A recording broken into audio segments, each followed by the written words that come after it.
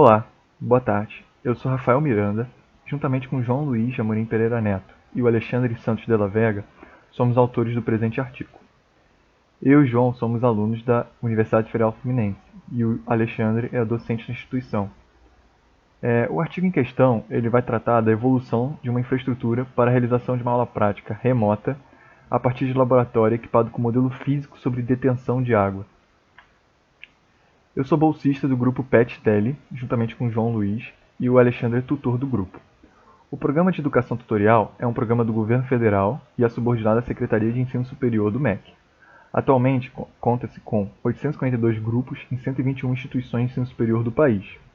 Bom, o grupo tem como diretriz básica não desvincular pesquisa, ensino e extensão de suas atividades, ou seja, em todas as nossas atividades nós buscamos sempre tratar desses três pilares em conjunto. Bom, além disso, a gente tem esse trabalho ele é resultado de uma associação com o LADSAN, o Laboratório de Drenagem, Irrigação e Saneamento Ambiental da UF. Bom, quais foram as motivações?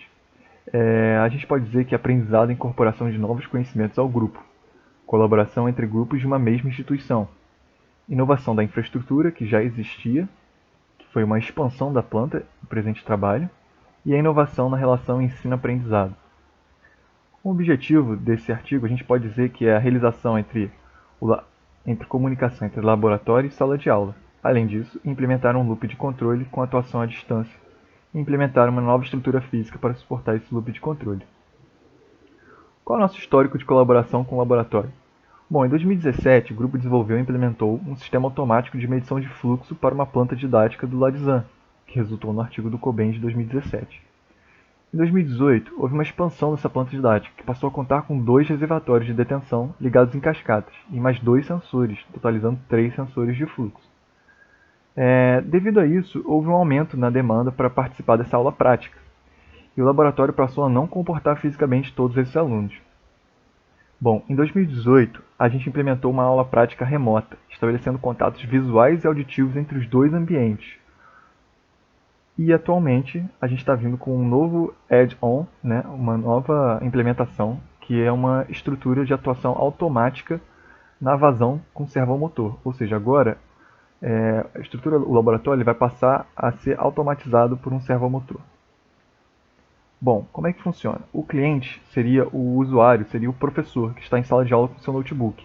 Através da rede interna da UF, a gente consegue acessar o laboratório e esses equipamentos que estão no laboratório, que compõem esse sistema. A gente tem o sensor de vazão, que sai diretamente do modelo físico da planta, ele capta a vazão, a admissão de água na planta. Esse sensor passa por um Arduino, o Arduino lê essas informações, é controlado por um Raspberry Pi, que tem o motivo aqui de funcionar como uma central de controle. E esse Raspberry Pi ele pode atuar em um servomotor, que vai abrir ou fechar, né, de aumentar ou diminuir essa vazão, de acordo com o necessitado. Bom, e como é que funcionou esse desenvolvimento? Como é que foi o desenvolvimento? A gente optou por utilizar um servomotor eletrônico, porque seria possível fazer esse controle através de programação, através de uma linguagem de programação, através de um software de controle. E esse software de controle autoral foi criado, né, para poder fazer um controle de vazão desde que seja guiado pelo professor ou automatizado, uma certa curva. E o Raspberry Pi aqui está agindo como uma central de controle. Bom, a nossa estrutura no laboratório a gente tem atuação remota, temos uma central de controle e um software de controle. São os 3 processos principais que ocorrem na nossa planta didática, nossa aula remota. Bom, para tudo isso a gente precisou adequar a estrutura física do laboratório, certo? Para receber esses novos itens. A gente fez primeiramente uma modelagem 3D em software, né? Para isso, o Tinkercad. E após isso a gente fez a impressão dessas peças, né? Que seriam peças para adaptar, para poder fazer essa ligação entre servomotor e o registro, que antes era mecânico, né? Com atuação humana sobre ele. A gente desenvolveu um esquema de transmissão simples mesmo, uma coisa que seja bem simples de implementar, ou seja, tem uma engrenagem no eixo do servomotor, uma engrenagem no eixo do registro. Bom, a interface de usuário ela vem como uma facilitação, né, para facilitar o entendimento do professor que está utilizando esse nosso programa, esse nosso sistema.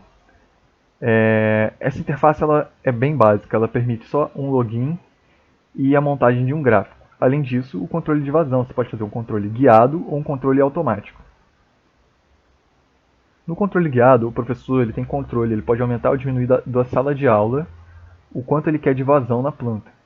O controle automático está programado para gerar um tipo de curva, que pode ser depois reprogramado, e esse tipo de curva vai ser gerado automaticamente. O programa vai fazer as iterações para adicionar essa curva. Bom, a gente pode ver aqui mais um passo aqui da nossa interface de usuário. A gente pode ver a curva está sendo montada em tempo real, isso que é uma simulação. E a gente tem o nível de água aumentando nos reservatórios, certo? 1 e 2, que estão ligados em cascata.